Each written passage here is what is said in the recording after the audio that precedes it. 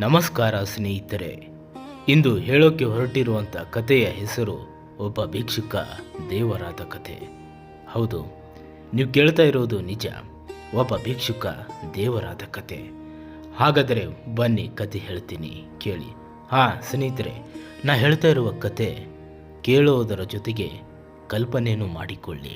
ಯಾಕಂದರೆ ಕತೆ ಯಾವ ರೀತಿ ಇದೆ ಅಂತ ನಾನು ವಿಡಿಯೋ ಮಾಡಿದರೆ ಅದು ಚೆನ್ನಾಗಿ ಕಾಣುತ್ತೆ, ಆದರೆ ನಿಮ್ಮ ತಲೆಗೂ ಕೂಡ ಚೂರು ಕೆಲಸ ಸಿಗಲಿ ಅಂತ ಹೇಳ್ತಾ ಇದ್ದೀನಿ. ನಾ ಕತೆ ಹೇಳ್ತೀನಿ, ಕಲ್ಪನೆ ನೀವು ಮಾಡಿಕೊಳ್ಳಿ. ಬನ್ನಿ ಕತೆ ಶುರು ಮಾಡೋಣ.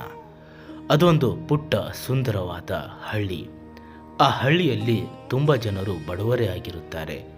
ಹೆಸರಿಗೆ ಮಾತ್ರ ಕೆಲವರು ಮಾತ್ರ ಶ್ರೀಮಂತರಾಗಿರುತ್ತಾರೆ. ಅಂದರೆ ಅಲ್ಲಿ ಬಡವರು ದಿನಕೂಲಿ ಮಾಡ್ತಾ ಬದುಕ್ತಾರೆ. ದಿನಕೂಲಿ ಇಲ್ಲ ಅಂದರೆ ಅವತ್ತು ಊಟ ಮಾಡೋದಕ್ಕೆ ಆಗಲ್ಲ. ಅಂದರೆ ನೀರು ಕುಡಿದು ಅವರು ಮಲಗಬೇಕು ಅಂತ ಪರಿಸ್ಥಿತಿ, ಅಂತ ವಾತಾವರಣದಲ್ಲಿ ಅವರು ಬದುಕ್ತಾ ಇರ್ತಾರೆ. ಹಣದ ಅವಶ್ಯಕತೆ ಬಿದ್ದಾಗ ಆ ಊರಲ್ಲಿ ಒಬ್ಬ ಗೌಡ ಇರ್ತಾನೆ. ಆತನ ಬಳಿ ಹೋಗಿ ಸಾಲದ ರೂಪದಲ್ಲಿ ತಮಗೆ ಬೇಕಾದಷ್ಟು ಹಣ ತೆಗೆದುಕೊಂಡು ಅವಶ್ಯಕತೆಗಳನ್ನು ಪೂರೈಸಿಕೊಳ್ತಾರೆ ಬಡವರು. ಆ ಗೌಡ ಕೂಡ ಬಡವರು ಆತನ ಮನೆ ಬಾಗಿಲಿಗೆ ಬಂದರೆ ಆದಷ್ಟು ಸಾಲ ನೀಡ್ತಾನೆ. ಅವರು 50,000 ಕೇಳಿದರೆ 30,000 ಆದರೂ ಕೊಡ್ತಾನೆ. ಆದರೆ ಮನೆ ಬಾಗಿಲಿಗೆ ಬಂದವರಿಗೆ ಖಾಲಿ ಕೈಯಲ್ಲಿ ಮಾತ್ರ ಆತ ಯಾವತ್ತೂ ಕಳಿಸಿಲ್ಲ. ಯಾಕಂದರೆ ಆತನ ಉದ್ದೇಶನೇ ಬೇರೆಯಾಗಿತ್ತು. ಮುಂದೆ ಹೇಳ್ತೀನಿ ಕಥೆಯಲ್ಲಿ, ಕೇಳಿ. ಆ ಹಳ್ಳಿಯಲ್ಲಿ ಬಡ ಕುಟುಂಬ ಒಂದು ಇತ್ತು. ಆ ಕುಟುಂಬ ಕೂಡ ಗೌಡನ ಬಳಿ ಸಾಕಷ್ಟು ಸಾಲ ಮಾಡಿತ್ತು. ಗೌಡನ ಕಾಟ ತುಂಬಾ ಅವರಿಗೆ ಕಾಡತೊಡಗಿತ್ತು. ಯಾಕಂದರೆ ಸಾಲ ಪಡೆದು ವರ್ಷಗಳೇ ಕಳೆದು ಹೋಗುತ್ತೆ. ಅಸಲಾಗಲಿ ಬಡ್ಡಿಯಾಗಲಿ ಆ ಕುಟುಂಬ ಕೊಡೋದಕ್ಕೆ ಆಗೋದಿಲ್ಲ. ಹೀಗಿರುವಾಗ ಒಂದು ದಿನ ಆ ಬಡ ದಂಪತಿಗೆ ಒಬ್ಬನೇ ಒಬ್ಬ ಮಗ ಇರ್ತಾನೆ, 6 ವರ್ಷದ. ಆತನಿಗೆ ವಿಪರೀತ ಜ್ವರ ಬರುತ್ತೆ. ಸುತ್ತಮುತ್ತ ಇದ್ದ ಹಳ್ಳಿಗೆ ಕರೆದುಕೊಂಡು ವೈದ್ಯರ ಬಳಿ ಹೋಗಿದರೆ ಆ ಮಗುವಿಗೆ ಒಳ್ಳೆ ರೀತಿಯ ಚಿಕಿತ್ಸೆ ಆಗಲಿ ಅಥವಾ ಜ್ವರ ಕಡಿಮೆ ಆಗೋದಾಗಲಿ ಆಗಲ್ಲ.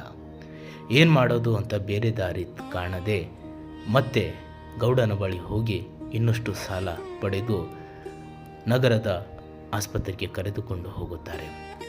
ಅಲ್ಲಿ ಕೂಡ ಸರಿಯಾದ ರೀತಿಯಲ್ಲಿ ಚಿಕಿತ್ಸೆ ವೈದ್ಯರು ನೀಡೋದಿಲ್ಲ. ಯಾಕಂದರೆ ಅವರ ಬಳಿ ಅಲ್ಪ ಸ್ವಲ್ಪ ಹಣ ಇರುತ್ತೆ ಅಷ್ಟೇ. ಸರ್ಕಾರಿ ಆಸ್ಪತ್ರೆಗೆ ಕರೆದುಕೊಂಡು ಹೋದರೆ ಅಲ್ಲಿನ ವ್ಯವಸ್ಥೆ ಯಾವ ರೀತಿ ಇರುತ್ತೆ ಅಂತ ನಿಮಗೆ ಗೊತ್ತೇ ಇದೆ.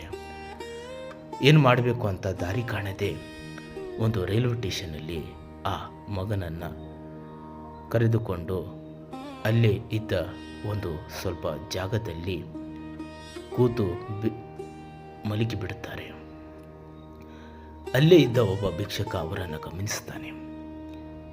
ಅವರು ತುಂಬ ನೋವಲ್ಲಿ, ಸಂಕಟದಲ್ಲಿ ಹಾಗೂ ಬೇಸರದಲ್ಲಿ ಇದ್ದರು. ಮಗು ಜ್ವರದಿಂದ ಬಳಲುತ್ತಿತ್ತು. ಅವರ ಬಳಿ ಇದ್ದ ಅಲ್ಪ ಸ್ವಲ್ಪ ಹಣ ಕೂಡ ಖಾಲಿಯಾಗಿತ್ತು. ಏನು ಮಾಡಬೇಕು ಅನ್ನೋದು ಅವರಿಗೆ ಗೊತ್ತೇ ಆಗಲ್ಲ. ಊರಿಗೆ ಹೋಗಬೇಕಾ ಅಥವಾ ಇಲ್ಲೇ ಇರಬೇಕಾ, ಏನು ಮಾಡಬೇಕು, ಕೂಸಿನ ಜ್ವರ ಕೂಡ ಕಡಿಮೆ ಆಗಿಲ್ಲ ಅಂತ ಅವರು ಯೋಚನೆ ಮಾಡ್ತಾರೆ. ಸಾಲ ತುಂಬ ಬೆಟ್ಟದ ಹಾಗೆ ಬೆಳೆದು ಹೋಗಿತ್ತು. ಮನೆ ಪತ್ರ ಇದ್ದ ಅಲ್ಪ ಸ್ವಲ್ಪ ಜಮೀನಿನ ಪತ್ರ ಕೂಡ ಗೌಡನ ಬಳಿ ಇತ್ತು. ಗೌಡ ಮೊದಲೇ ಹೇಳಿದ, ಇನ್ನು 3-4 ತಿಂಗಳಲ್ಲಿ ನೀವು ಎಲ್ಲ ಸಾಲ ತೀರಿಸದಿದ್ದಾಗ ನಿಮ್ಮ ಮನೆ ಹಾಗೂ ಜಮೀನು ನನ್ನ ಹೆಸರಿಗೆ ಆಗಿ ಹೋಗುತ್ತೆ ಅಂತ. ಅವರು ಏನು ಮಾಡಬೇಕು ಅಂತ ಅರ್ಥ ಆಗದೆ ಆತ್ಮಹತ್ಯೆ ಮಾಡಿಕೊಳ್ಬೇಕು ಅಂತ ನಿರ್ಧಾರ ಮಾಡ್ತಾರೆ. ಹಾಗೆ ನಿರ್ಧಾರ ಮಾಡಿದ ಅವರು ರಾತ್ರಿ 9 ಗಂಟೆಗೆ ರೈಲ್ವೆ ಹಳಿಯಲ್ಲಿ ಮಲಗಿಬಿಡ್ತಾರೆ. ಆ ಕಡೆಯಿಂದ ಅದೇ ಸಮಯಕ್ಕೆ ರೈಲು ಬರ್ತಾ ಇರುತ್ತೆ. ಇವರು ಧೈರ್ಯ ಮಾಡಿ ಕಣ್ಣು ಮುಚ್ತಾರೆ. ಇದನ್ನೆಲ್ಲ ಗಮನಿಸುತ್ತಿದ್ದ ಭಿಕ್ಷುಕ ಓಡಿ ಹೋಗಿ ಅವರನ್ನು ರಕ್ಷಿಸುತ್ತಾನೆ.